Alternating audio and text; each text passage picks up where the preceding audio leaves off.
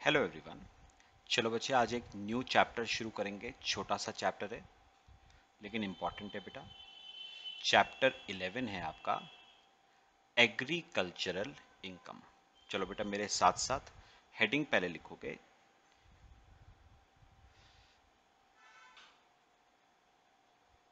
Chapter 11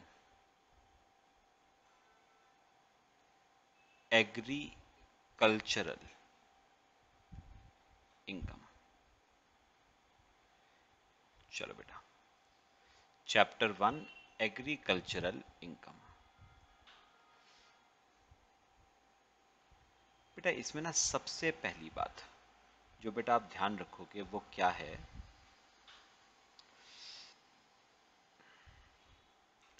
बेटा section 10 subsection 1 क्या कहता है। सेक्शन 10 सबसेक्शन 1 कहता है agricultural income. Agricultural income is exempt from tax. याद रखना, agricultural income is exempt from tax. तो याद रखना, इंडिया में बेटा एग्रीकल्चरल इनकम क्या है, एग्जेम्प्ट फ्रॉम टैक्स। ठीक है। बाकी बेटा ये वाला जो पॉइंट है इस पे मैं अभी ना लेटर ऑन दोबारा से आऊंगा। फिलहाल इतना याद रखो, सेक्शन 10 सबसेक्शन 1 कहता है इंडिया में एग्रीकल्चरल इनकम बेटा एग्जेम्प्ट फ्रॉम टैक्स है। फिर बेटा अगली बात जो आती है ना वो आती है, ये तो पहली बात हो गई। अगली बात आती है what do you mean by agricultural income. तो meaning of agricultural income, what do you mean by agricultural income? Meaning of agricultural income। चलो बेटा हेडिंग लिखो, मीनिंग ऑफ एग्रीकल्चरल इनकम। फिर हम थोड़े से नोट्स बेटा पढ़ना शुरू करते हैं, फिर समझेंगे। लिखो meaning of agricultural income. What do you mean by agricultural income. देखो बेटा, आओ नोट्स पे आओ। Meaning of agricultural income section 2 subsection 1A क्या कहता है बेटा, एग्रीकल्चरल इनकम इंक्लूड्स। तो बेटा एक बात तो पहले समझ लो, एग्रीकल्चरल इनकम होती क्या है वो नहीं बताया है बेटा। एग्रीकल्चरल इनकम में आता क्या क्या है वो बताया है।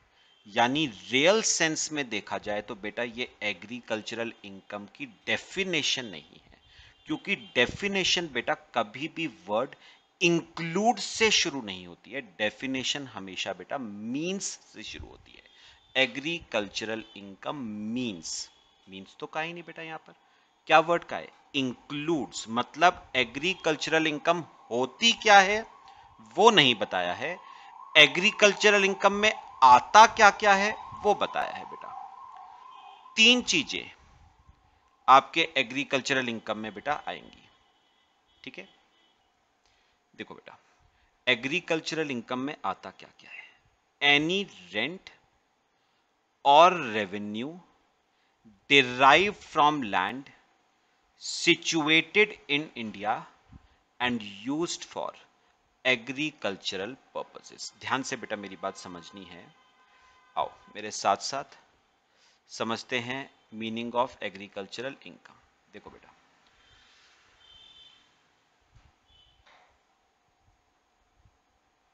लो बेटा फर्स्ट पॉइंट पे आओ। उसने कहा एनी रेंट, एनी रेंट और revenue derived from land situated in India and used for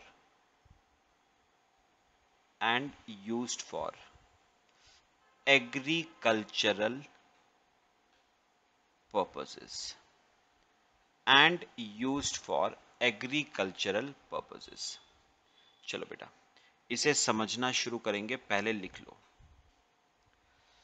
फिर मैं आपको बेटा एक एग्जांपल देके ना पूरा केस आपको क्लियर करता हूं।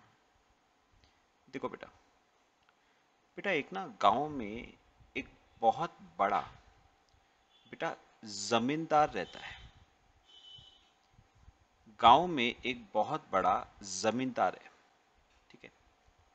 अब जमींदार है बेटा तो इसके नाम पे खूब सारी बेटा जमीनें भी हैं। ये देखो, ये उसकी एक जमीन है,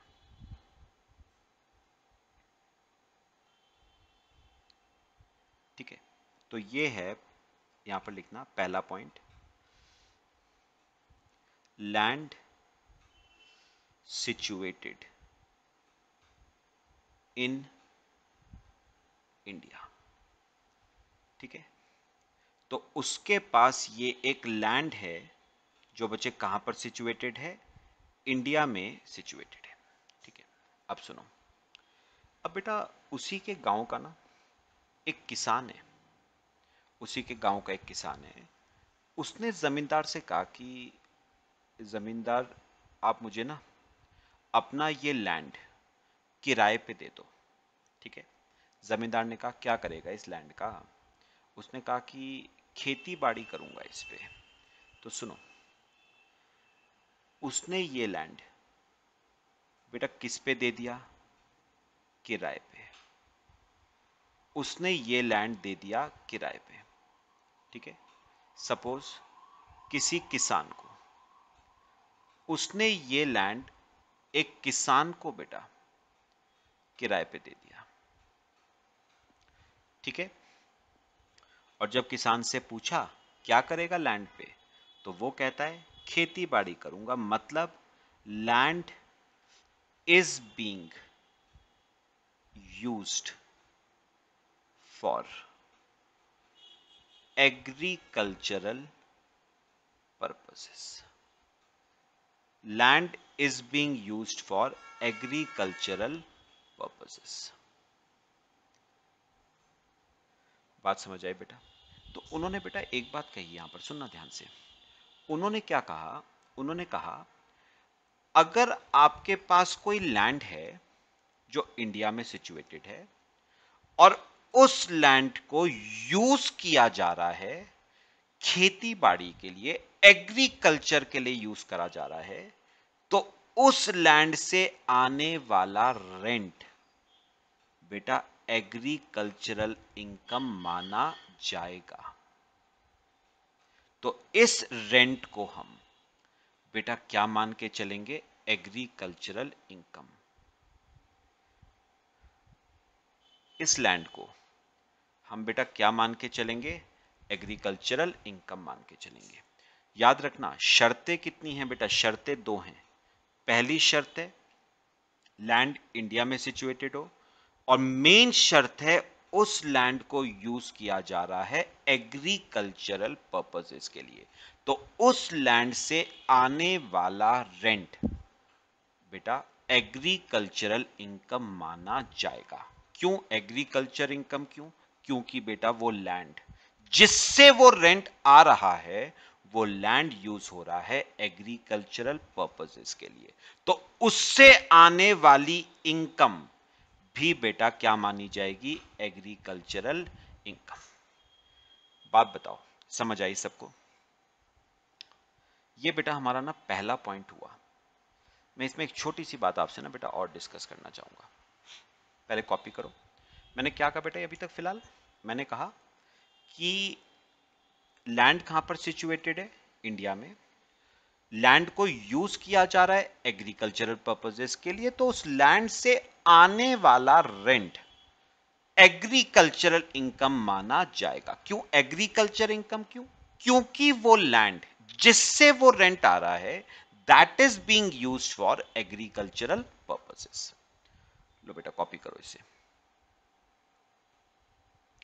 अब बेटा मेरी ना एक बात सुनना ध्यान से, नोटिस करो, उन्होंने ना बेटा दो वर्ड्स बोले थे, रेंट और रेवेन्यू। बेटा एक बात याद रखना, जब वर्ड रेंट बोला जाता है ना, जब रेंट वर्ड बोला जाता है तो रेंट होता है बेटा हमेशा फिक्स्ड। रेंट बेटा हमेशा फिक्स्ड होता है। जैसे मैं अगर इस केस में एग्जांपल दूं, सपोज जिस किसान ने ये लैंड किराए पे लिया है ना, वो रेंट दे रहा है इसका 20,000 रुपए, 20,000 रुपीज पर मंथ।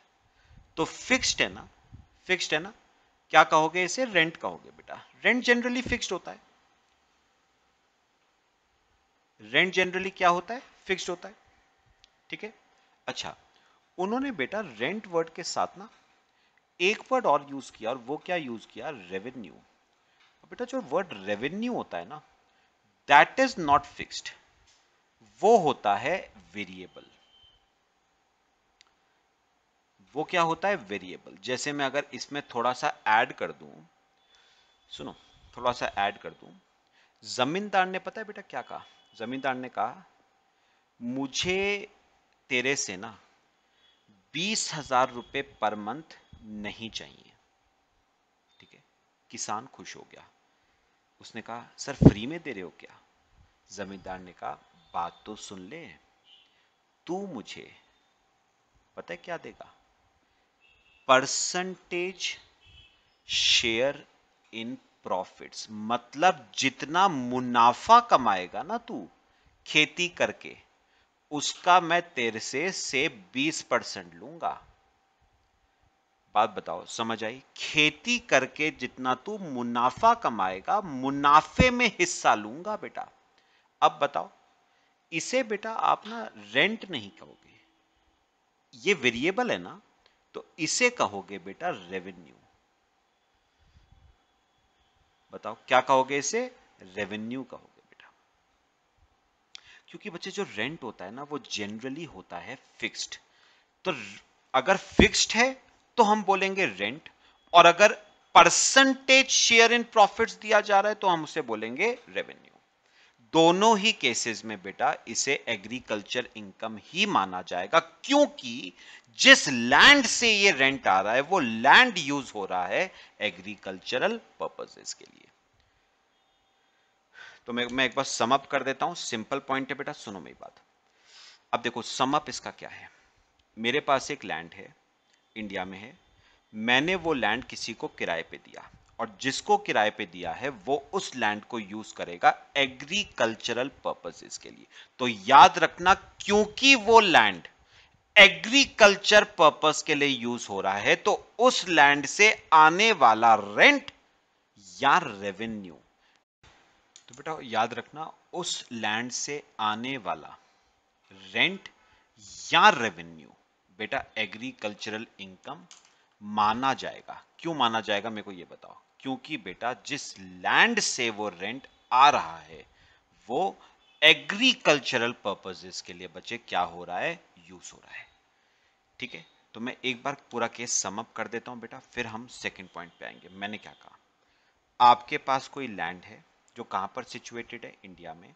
आपने वो लैंड दिया किराए पे। ठीक है। और जिसको किराए पे दिया है वो उस लैंड को एग्रीकल्चर पर्पसेस के लिए बेटा यूज कर रहा है, तो उस लैंड से आने वाला रेंट या रेवेन्यू एग्रीकल्चरल इनकम माना जाएगा। पॉइंट बताओ बेटा, समझ आया? अब आ जाओ बेटा सेकंड पॉइंट पे, ध्यान से बेटा समझना है। सेकंड पॉइंट देखो क्या कहता है? Any income derived from such land by agriculture और from processing of agricultural produce. मैं आपको बेटा समझाता हूं, लिखो यहां पर B point. Any income derived, any income derived from land by agriculture,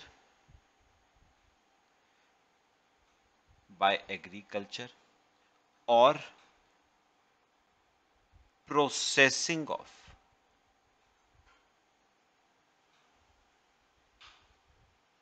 और प्रोसेसिंग ऑफ एग्रीकल्चरल प्रोड्यूस। चलो बेटा एग्जाम्पल इसका करना शुरू करते हैं। सुनो बेटा, अच्छा अभी जो हमने पिछला एग्जाम्पल बेटा देखा था उसमें हमने इनकम जो देखी थी बेटा वो जमींदार के पॉइंट ऑफ व्यू से देखी थी, है ना। जमींदार को रेंट आ रहा था या जमींदार को रेवेन्यू आ रहा था from land situated in India and being used for agriculture purpose, तो वो रेंट और रेवेन्यू उसके लिए एग्रीकल्चर इनकम माना गया। तो फर्स्ट पॉइंट जो हमने पढ़ा ना बेटा वो हमने पढ़ा from the point of view of जमींदार। अच्छा अब जो मैं सेकंड पॉइंट बेटा आपको पढ़वाऊंगा ना वो हम पढ़ेंगे from the point of view of farmer. तो देखो, तो हम फार्मर को देख के चलना बेटा, अब जमींदार को नहीं, जमींदार की बात हो गई। अब बात करते हैं बेटा फार्मर की। ये देखो ये लैंड बेटा, ये लैंड फार्मर ने बताओ किस पे लिया था, किराए पे लिया था। किससे लिया था बेटा? जमींदार से। ठीक है, अब सुनो, फार्मर इस लैंड पे क्या कर रहा है बेटा? वो कर रहा है एग्रीकल्चर, वो खेती बाड़ी कर रहा है इस लैंड पे। तो बेटा उसने पता है क्या करा, उसने इस जमीन पे ना पेड़ लगाए, उसने इस जमीन पे पेड़ लगाए। किसके? सेब के। सेब का बाग बना दिया उसने। उसने इस जमीन पे सेब के बेटा पेड़ लगाए। ठीक है, तो इस पे बेटा फिर सेब उगे,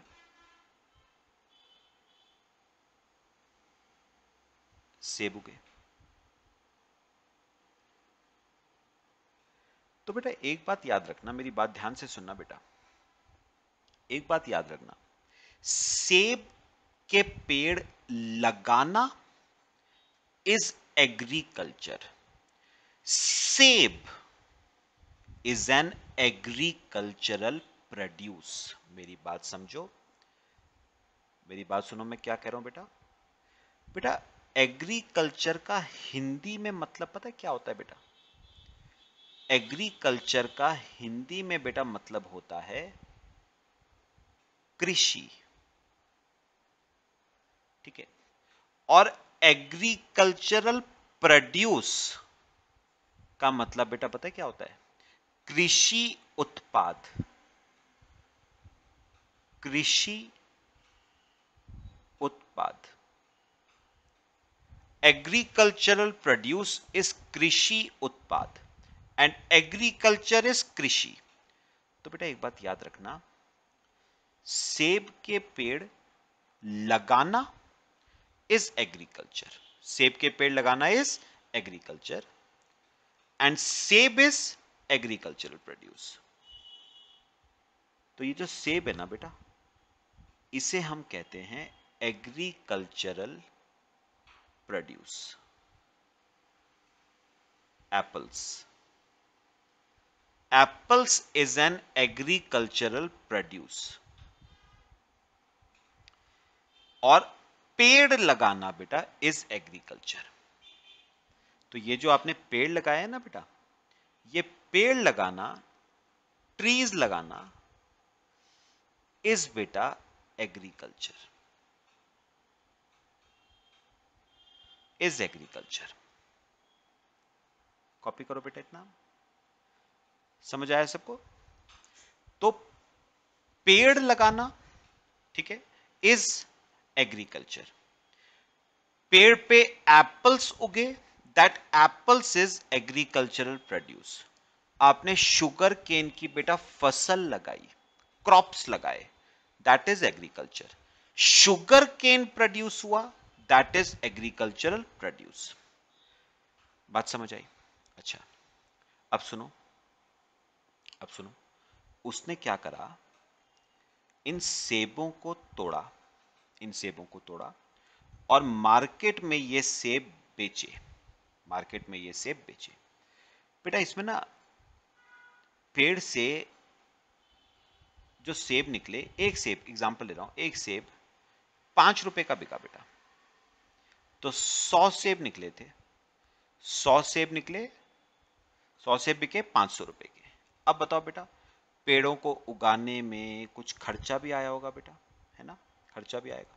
आपको खर्चा आया बेटा 3 रुपए का एक सेब पे, तो 100 सेब पे आपको खर्चा आ गया 300 रुपए का बेटा। तो कितने रुपए का प्रॉफिट कमाया बेटा? आपने 200 रुपए का बचे प्रॉफिट कमा लिया। This is profit from agriculture. इसे हम एग्रीकल्चर का प्रॉफिट कहते हैं, यानी सिंपल वर्ड्स में आप इसे ना एग्रीकल्चरल इनकम कह लो। इसे आप सिंपल वर्ड्स में बेटा एग्रीकल्चरल इनकम कह लो। ये एग्रीकल्चरल इनकम है।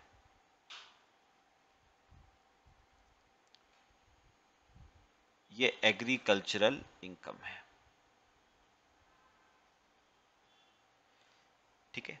और याद रखना बेटा, agricultural income is exempt from tax. तो ये बचे आपकी एग्रीकल्चरल इनकम है फार्मर के लिए। फार्मर की ये एग्रीकल्चरल इनकम क्या होगी बेटा? एग्जेम्प्ट होगी। समझ आया सबको? कॉपी करो बेटा, फिर मैं अभी आगे कराता हूं आपको। अभी पॉइंट खत्म नहीं हुआ है बेटा, कॉपी करो इसे।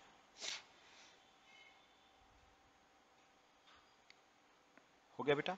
अभी ना बेटा एक बात, एक काम करो, वो पॉइंट पढ़ो जरा। उसने क्या कहा था, एक बार अपने नोट्स पढ़ो। ये देखो बेटा, उसने कहा था any income derive from such land by agriculture. तो वो तो बेटा इनकम कितनी आ गई? 200 रुपए की। ये तो एग्रीकल्चरल इनकम हो ही गई। फिर उसने कहा है और प्रोसेसिंग ऑफ एग्रीकल्चरल प्रोड्यूस, और from processing of agricultural produce. चलो अब ये मतलब समझते हैं बेटा, इसका क्या मतलब हुआ? From processing of agricultural produce. अब सुनना मेरी बात, आओ बेटा ध्यान से सुननी है बेटा बात, बिल्कुल बेटा लॉजिकल बातें हैं, मेरी बात सुनना। अब इसी में दूसरा पार्ट है प्रोसेसिंग ऑफ एग्रीकल्चरल प्रोड्यूस। अब ये क्या है बेटा? Processing of agricultural produce. ध्यान से सुनना, बड़ी काम की बातें करूंगा बेटा आपसे। मुझे ना एक बात का बेटा जवाब देना, एक बात का जवाब देना। ये जो किसान था, इसने बेटा पेड़ों पे क्या उगाए थे? एप्पल्स।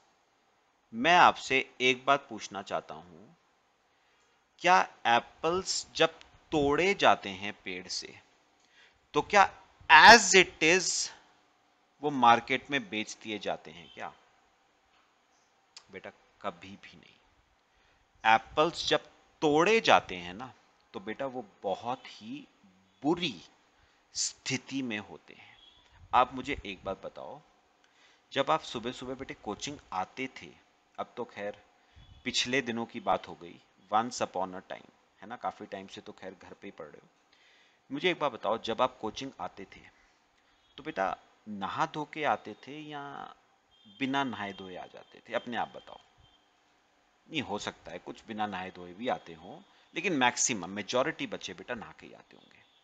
तो बेटा बात सिंपल है ना, मैं अगर कोई पर्सन नहा के जा रहा है, इसका मतलब he wants to look presentable, है ना, अच्छा लगना चाहता है, वो साफ सुथरा लगना चाहता है। तो बेटा जब एप्पल्स पेड़ से तोड़े जाते हैं ना बेटा, गंदे होते हैं, ठीक है, डर्टी होते हैं बेटा। तो बेटा आपको ना इन्हें आपको इन एप्पल्स पे बेटा कुछ प्रोसेसेस करने पड़ते हैं। आपको इन एप्पल्स पे कुछ प्रोसेसेस करने पड़ते हैं, ताकि इन एप्पल्स का बाजार में दाम बेटा अच्छा मिल पाए, ताकि बाजार में इन एप्पल्स का दाम हमें अच्छा मिल पाए। तो आप ना कभी भी नोटिस करना, एप्पल्स बेटा हमेशा ना, एप्पल्स पे कुछ प्रोसेसेस करे जाएंगे। जैसे मैं अगर आपको बताऊं, सबसे पहले तो बेटा एप्पल्स की करी जाती है क्लीनिंग, उन्हें साफ किया जाएगा बेटा। फिर उसके बाद इन एप्पल्स की करी जाती है ड्राइंग, मतलब साफ किया जाएगा गीले कपड़े वगैरह से, है ना, पानी वगैरह लगाया जाएगा उस पे, फिर उन्हें सूखने के लिए रखा जाएगा बेटा। उसके बाद बेटा इनके ऊपर ना वैक्स की कोटिंग होती है। आपने देखा है एप्पल्स बाजार में जो मिलते हैं कितने शाइनी होते हैं। वो शाइन कैसे आता है बेटा? एप्पल्स पे वैक्स की कोटिंग होती है। ऑल्दो वैक्स बेटा याद रखना हार्मफुल होता है, ठीक है, लेकिन उन्हें प्रेजेंटेबल बनाने के लिए, मार्केटेबल बनाने के लिए आपको वैक्स की कोटिंग करनी पड़ती है। फिर उन एप्पल्स की बेटा पैकिंग होती है। आपने देखा होगा ना, कार्टन्स में एक दर्जन के कार्टन्स बनाए जाते हैं, उनमें उसकी पैकिंग होती है। पैकिंग के बाद एप्पल्स की बेटा लेबलिंग होती है।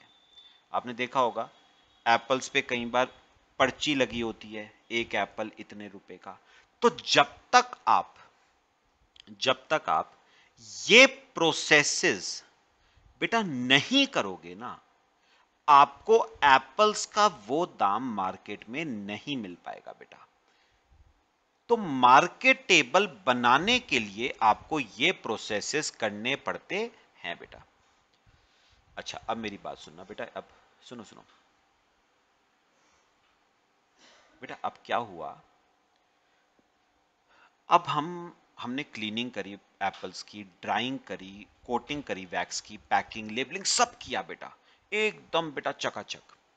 अब बेटा एक एप्पल, वही एप्पल जो बिना ये सब करे बेटा 5 रुपए का बिक रहा था, वही एप्पल अब मार्केट में बेटा 12 रुपए का बिक रहा है।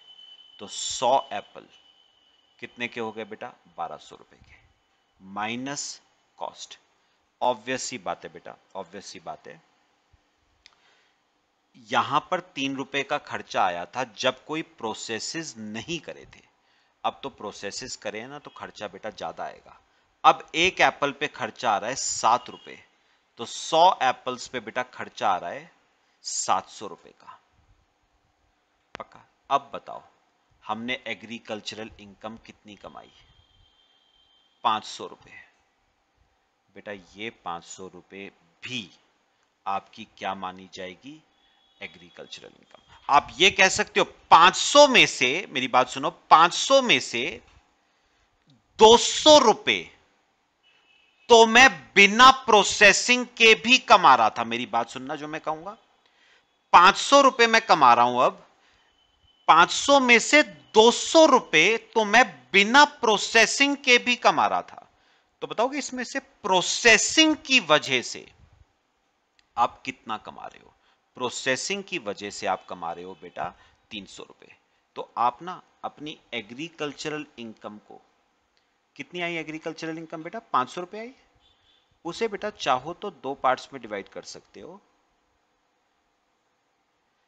500 में से ना 200 की इनकम तो है from sale of agricultural produce, और बाकी की जो 300 रुपए की इनकम है ना बेटा, वो due to processing of agricultural produce है।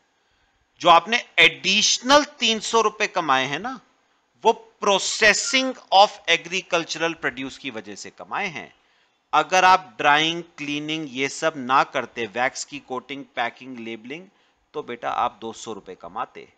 इन सब को करने की वजह से अब बेटा आप कितने कमा रहे हो? 500 रुपए। तो एडिशनल 300 रुपए आप किस वजह से कमा रहे हो? Due to processing. दोनों को ही बेटा क्या माना जाएगा? Agricultural income. समझ आ रही है बात सबको? कॉपी करो बेटा इसे। चलो बच्चे कॉपी कर लो, फिर हम थर्ड पॉइंट शुरू करेंगे बेटा। अभी खैर एक दो बातें मेरे को इसमें बतानी है बेटा आपको। और कर लिया? चलो, अब मेरी बात ना बेटा बहुत ध्यान से करनी है, अभी खत्म नहीं हुआ ये वाला पॉइंट। देखो बेटा, एक ना बच्चे मेरे साथ साथ ना एक नोट जरा सब लिखोगे। नोट बेटा, एक नोट लिखना। प्रोसेसिंग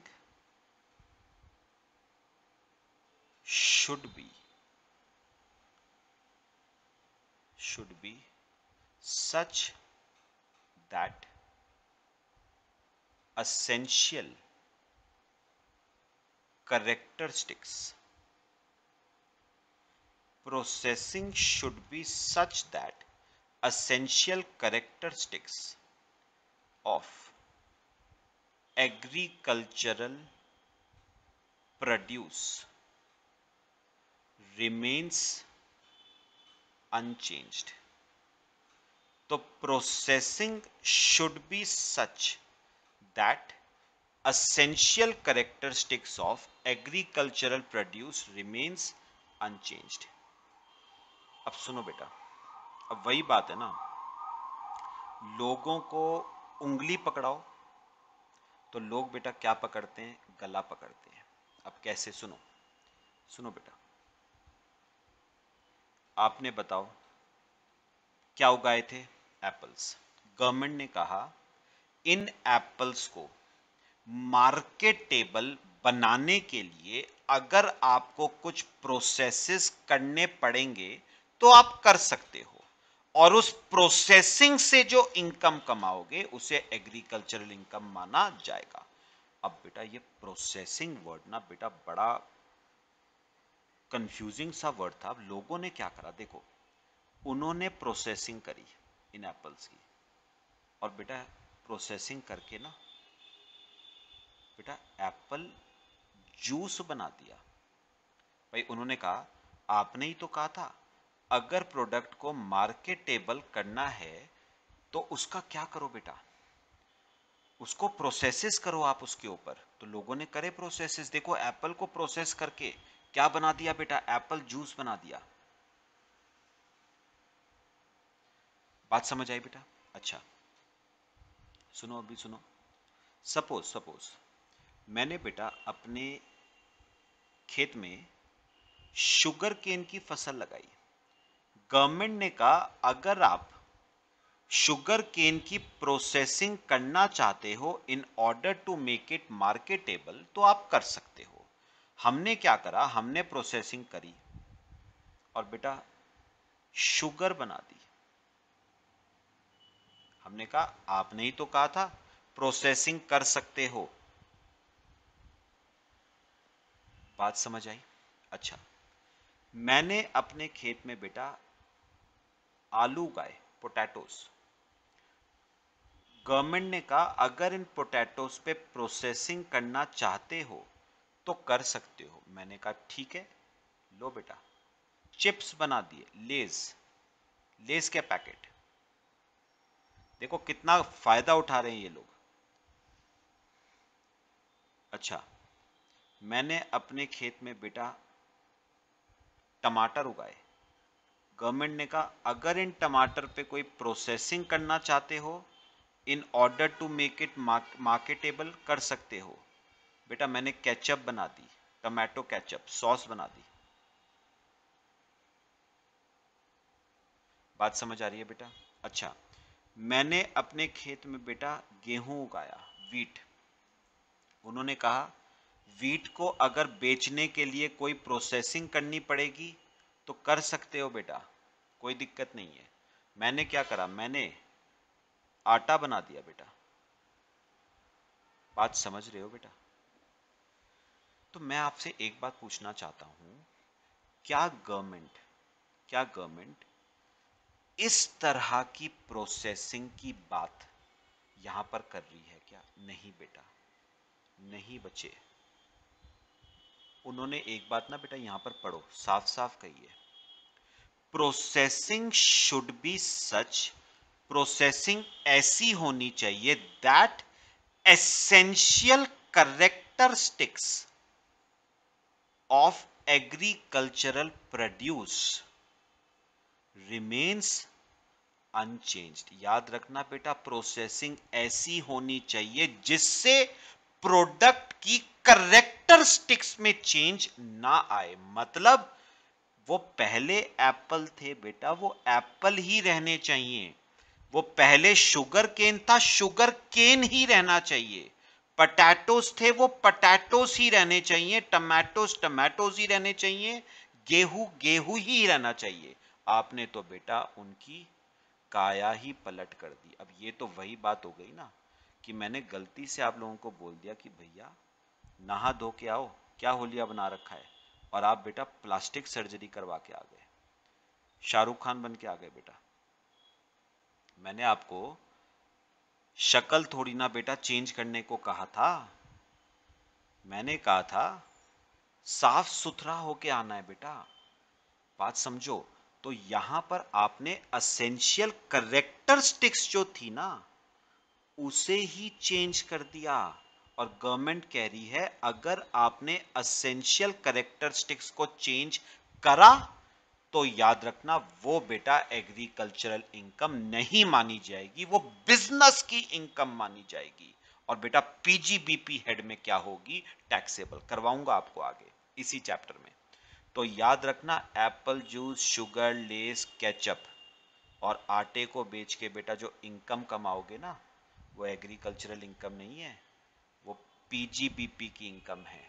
और बिजनेस हेड में बेटा टैक्सेबल हो जाएगी वो, तो वो एग्रीकल्चरल इनकम नहीं होगी। तो याद रखना प्रोसेसेस ऐसे होने चाहिए जिससे प्रोडक्ट की करेक्टरिस्टिक्स में चेंज ना आए। सब बताओ बात समझ आई? आपने तो बेटा रूपरेखा ही बदल दी। ये नहीं करना है। एप्पल एप्पल जूस में कन्वर्ट नहीं करने हैं, वो एप्पल ही रहने चाहिए। शुगर केन ही रहना चाहिए। पटैटो, टमाटो, वीट वही रहने चाहिए। इनको चेंज मत कर देना। चलो बेटा कॉपी करो।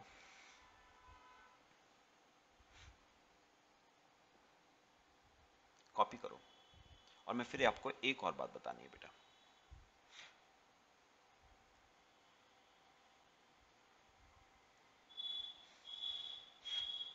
कर लिया बेटा कॉपी?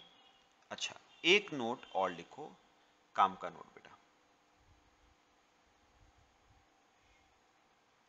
एक नोट और लिख लो बेटा। Processing should be processing should be of own agricultural produce. Processing should be of own agricultural produce. अब सुनना बेटा, देखो मैं ना आपको वही बात कहता हूं बेटा, गवर्नमेंट उंगली पकड़ाती है और बेटा आप लोग हाथ पकड़ते हो। अब लोग क्या करते हैं ना बेटा, लोग लूप होल्स ढूंढते हैं बस कि भैया कहां पर गवर्नमेंट से कोई चीज छूट गई। अब सुनो, गवर्नमेंट ने क्या कहा था बेटा, प्रोसेसिंग, एग्रीकल्चरल प्रोड्यूस की प्रोसेसिंग करके, मेरी बात सुनना बेटा, एग्रीकल्चरल प्रोड्यूस की प्रोसेसिंग करके क्या कहा है, एग्रीकल्चरल प्रोड्यूस की प्रोसेसिंग करके आप जो इनकम कमाओगे उसे एग्रीकल्चरल इनकम माना जाएगा। यही कहा है ना। अब मैंने क्या करा बेटा, मैं ही वो किसान हूं। मैंने क्या करा, मैंने देखा कि यार बहुत सारे फार्मर्स शहरों में जाते हैं प्रोसेसिंग करवाने के लिए।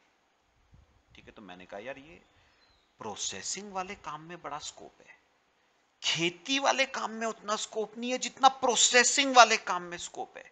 तो मैं एक काम करता हूं, मैं खेती छोड़ता हूं और मैं एक काम करता हूं बेटा, मैं प्रोसेसिंग का काम ही शुरू कर देता हूं। तो बेटा मैंने क्या करना शुरू करा, जितने भी आसपास के किसान थे ना उन सब के एग्रीकल्चरल प्रोड्यूस की मैं प्रोसेसिंग करता था और उनसे उस बात का बेटा क्या लेता था, कंसिडरेशन। अब बताओ क्या ये इनकम जो आएगी प्रोसेसिंग करके एग्रीकल्चरल प्रोड्यूस की, क्या ये एग्रीकल्चरल इनकम मानी जाएगी बेटा या नहीं? बेटा नहीं। एक बात याद रखना, प्रोसेसिंग जो करनी है ना, वो अपने एग्रीकल्चरल प्रोड्यूस की करनी है। अगर मैं औरों के एग्रीकल्चरल प्रोड्यूस की प्रोसेसिंग करता हूं और उस बात का कंसिडरेशन उनसे लेता हूं, तो दैट अमाउंट्स टू बिजनेस, और वो इनकम बेटा पीजीबीपी हेड में क्या हो जाएगी, टैक्सेबल। तो ये बात याद रख लेना, प्रोसेसिंग जो करना ना, वो अपने एग्रीकल्चरल प्रोड्यूस की करना। अगर आपने दूसरों के एग्रीकल्चरल प्रोड्यूस की प्रोसेसिंग करी, तो that will amount to business and it will be taxable under the head PGBP. बात समझ आई बेटे? तो ये आपका ना पूरा पॉइंट हमारा खत्म हुआ बेटा। लिख लो, लिख दें यहां पर, चलो। तो बेटा यहां पर मैंने क्या कहा, if processing services are provided to outsiders, if processing services are provided to outsiders, then it will amount to business, then it will amount to business and income will be taxable, and income will be taxable under the head PGBP. और जो income है वो बेटा PGBP head में क्या हो जाएगी, taxable हो जाएगी। बात बताओ, समझ आई सबको? तो बेटा कॉपी करो, फिर आपका लास्ट पॉइंट करते हैं, हमारी डेफिनेशन पूरी कंप्लीट हो जाएगी बेटा। If processing services are provided to outsiders, then it will amount to business and income will be taxable under the head PGBP। चलो बेटा आ जाओ, लास्ट पॉइंट वो सिंपल सा है, खास कुछ नहीं है उसमें बेटा। उसने कहा है any income from farm house. सुनो, यहां देखना, अब ये क्या है, उसने कहा है any income from farm house. अब ये क्या है, बहुत सिंपल बेटा, बहुत simple, any income from farm house.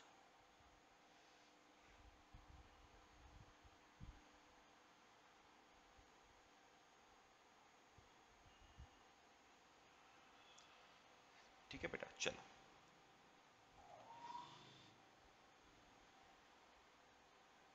बहुत सिंपल, मेरी बात समझो। अच्छा, हमने जैसे वो बात करी थी ना कि जमींदार ने, अब फिर से ना जमींदार के बेटा, जमींदार के पॉइंट ऑफ व्यू से देखते हैं, फिर से मैं जमींदार के पॉइंट ऑफ व्यू से देख रहा हूं बेटा। अब मुझे बताओ बेटा, ये जमींदार था, इसने क्या करा था बेटा, अपना लैंड जो इंडिया में सिचुएटेड था उसने बेटा किराए पे दे दिया था, है ना। उसने ये लैंड किराए पे दे दिया था, किसको, एक किसान को बेटा। उसने ये लैंड किराए पे दे दिया था एक किसान को। अब सुनो सुनो सुनो बेटा, अब उन्होंने ना, ध्यान से सुनना जो मैं बोलूंगा बेटा। उन्होंने ना फर्स्ट पॉइंट में क्या कहा था, उन्होंने फर्स्ट पॉइंट में कहा था लैंड से, लैंड से जो इंडिया में सिचुएटेड है उससे जो ये रेंट आ रहा है ना, इसे एग्रीकल्चर इनकम माना जाएगा, provided it is used for agriculture purpose. ठीक है, लैंड का rent is agriculture income provided it is used for agriculture purpose.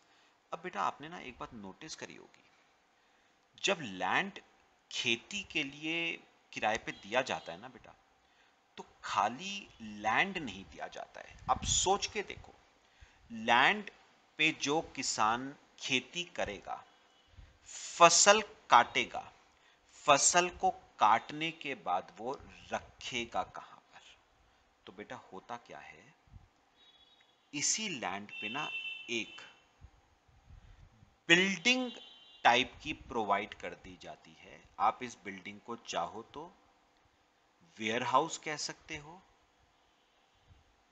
या आप इसे चाहो तो स्टोर हाउस कह सकते हो, या आप इसे चाहो तो गोडाउन कह सकते हो। और कई बार बेटा इसी इसी बिल्डिंग में वो किसान रहता है, इसी में अपने क्रॉप्स को स्टोर करता है। तो ये रहने के लिए भी बेटा यूज हो जाता है एज अ ड्वेलिंग। तो बेटा याद रखना, जब भी खेती के लिए बेटा जमीन दी जाती है ना, तो खाली जमीन नहीं दी जाएगी।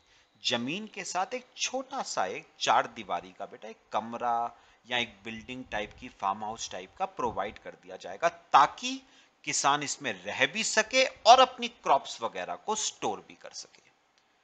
अब मुझे बताओ, अब इस लैंड का रेंट तो किसान चार्ज करेगा, जमींदार चार्ज करेगा ही करेगा। और ऑब्वियस सी बात है बेटा, जमींदार इस बिल्डिंग का रेंट भी तो चार्ज करेगा। जमींदार इस बिल्डिंग का रेंट भी तो चार्ज करेगा। इस बिल्डिंग के रेंट को भी बेटा क्या माना गया? Agricultural income. क्योंकि अल्टीमेटली ये बिल्डिंग भी बेटा किस पर्पस के लिए यूज हो रही है? एग्रीकल्चरल पर्पसेस के लिए यूज हो रही है। तो इस बिल्डिंग से आने वाला रेंट भी आपका एग्रीकल्चरल इनकम माना जाएगा। क्यों? क्योंकि ये बिल्डिंग भी आपके किस पर्पस के लिए यूज हो रही है बेटा? एग्रीकल्चरल पर्पसेस के लिए यूज हो रही है। तो लैंड का रेंट तो एग्रीकल्चरल इनकम है ही है, क्योंकि लैंड एग्रीकल्चर पर्पस के लिए यूज हो रहा है। फार्म हाउस का जो रेंट है बेटा, वो भी एग्रीकल्चर इनकम है, क्योंकि फार्म हाउस भी एग्रीकल्चरल पर्पसेस के लिए ही यूज हो रहा है। तो ये आपका बेटा फार्म हाउस। ठीक है बेटा, मेरे ख्याल से समझ आया बच्चे सबको? पक्का बताओ बेटा, समझ आया सबको? तो ये आपके बेटा 3 पॉइंट्स थे एग्रीकल्चरल इनकम में कवर्ड। तो ये हमारी डेफिनेशन खत्म हो गई एग्रीकल्चरल इनकम की, सेक्शन 2 सब सेक्शन 1A। बाकी बेटा एक और छोटा सा पॉइंट है, बाकी हम नेक्स्ट क्लास में करेंगे। क्या लिखा हुआ है उसने? Note, income from nursery is always exempt from tax. याद है बेटा? एक बार सुनो, आपने देखा होगा ना, नर्सरीज होती हैं जो आपके फ्लावर पॉट्स, पौधे वगैरह प्रोवाइड करती हैं। तो याद रखना, इनकी जो इनकम है ना बेटा, वो भी एग्रीकल्चरल इनकम की कैटेगरी में ही आती है। तो इसीलिए इनकी इनकम को भी बेटा क्या कहा गया है? Exempt from tax. तो इनकी इनकम को भी क्या माना गया है? Agricultural income. तो इनकी इनकम भी क्या होगी बेटा? एग्जेम्प्ट फ्रॉम टैक्स होगी। क्लियर हुआ सबको? चलो बच्चे, बाकी हम नेक्स्ट क्लास में डिस्कस करते हैं। ठीक है, टिल देन थैंक यू।